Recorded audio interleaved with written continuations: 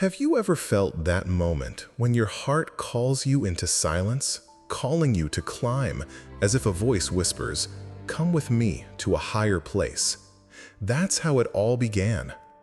Peter, James, and John had been walking with me for a while. They had seen the miracles, heard the parables, felt both joy and fear. But what was about to happen, none of them could have imagined. We climbed the mountain, slowly. Each step was a purification. It was as if the world was being left behind with every meter we ascended. There, in the sacred silence of the heights, I wanted to show them what human eyes had never seen. This wasn't just another teaching, it was a revelation. And that's what I want to tell you now.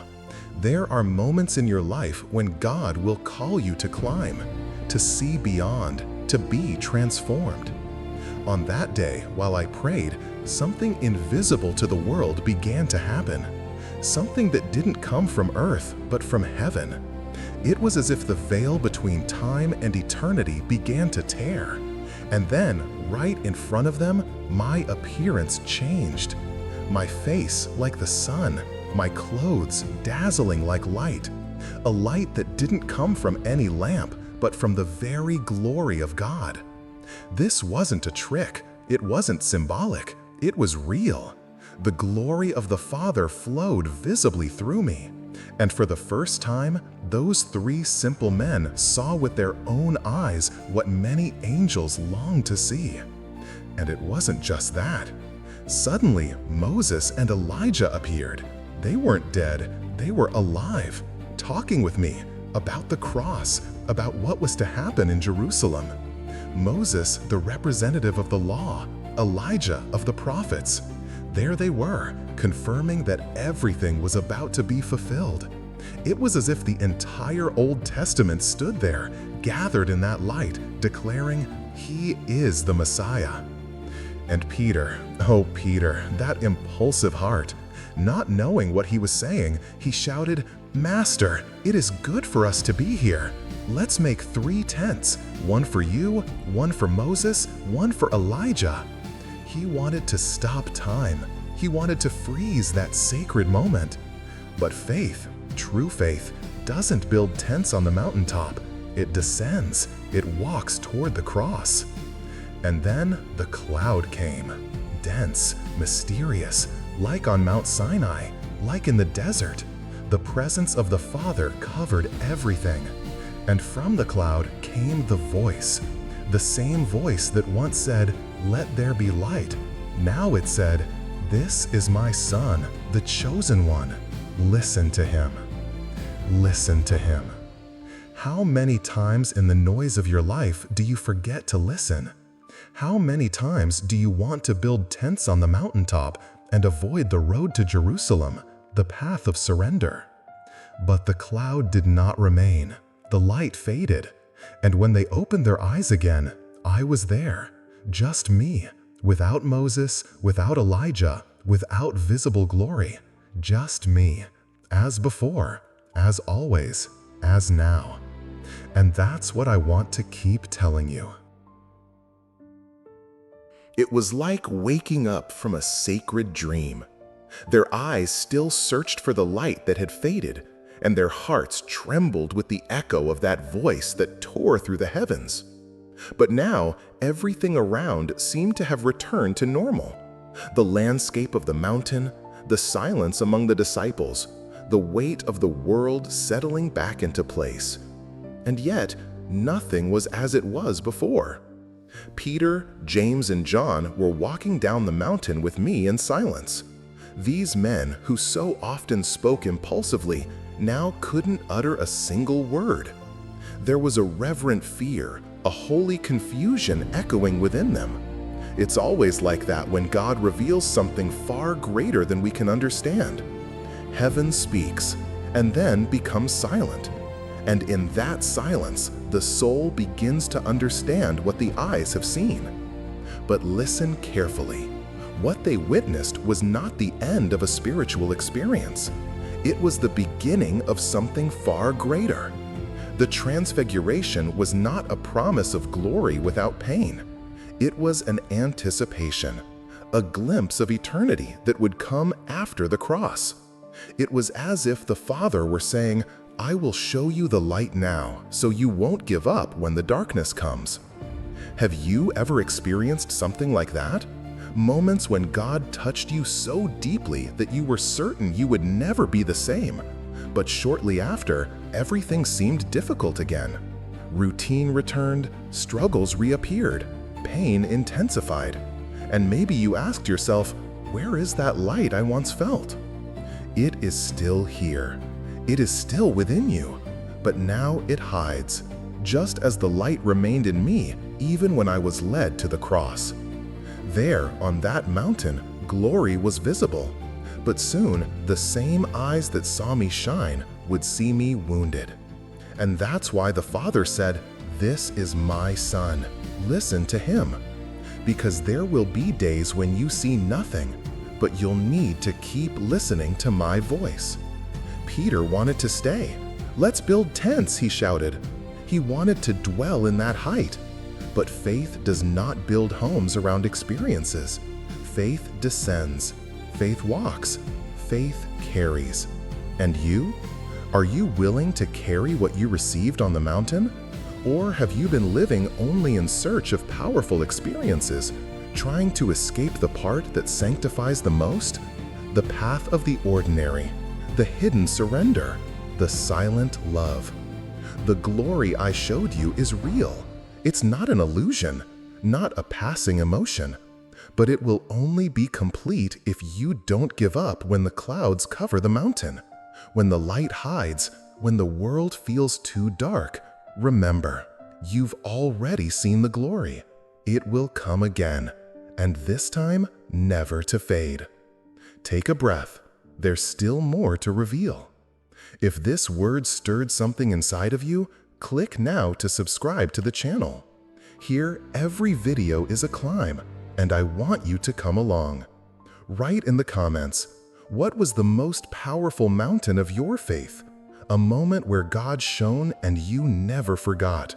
Share your experience. It could be light for someone else. Have you noticed that God rarely shouts? He speaks in the gentle wind, in the whisper of the soul, in that tightness in the chest that no one else sees. That's how I spoke with Moses and Elijah.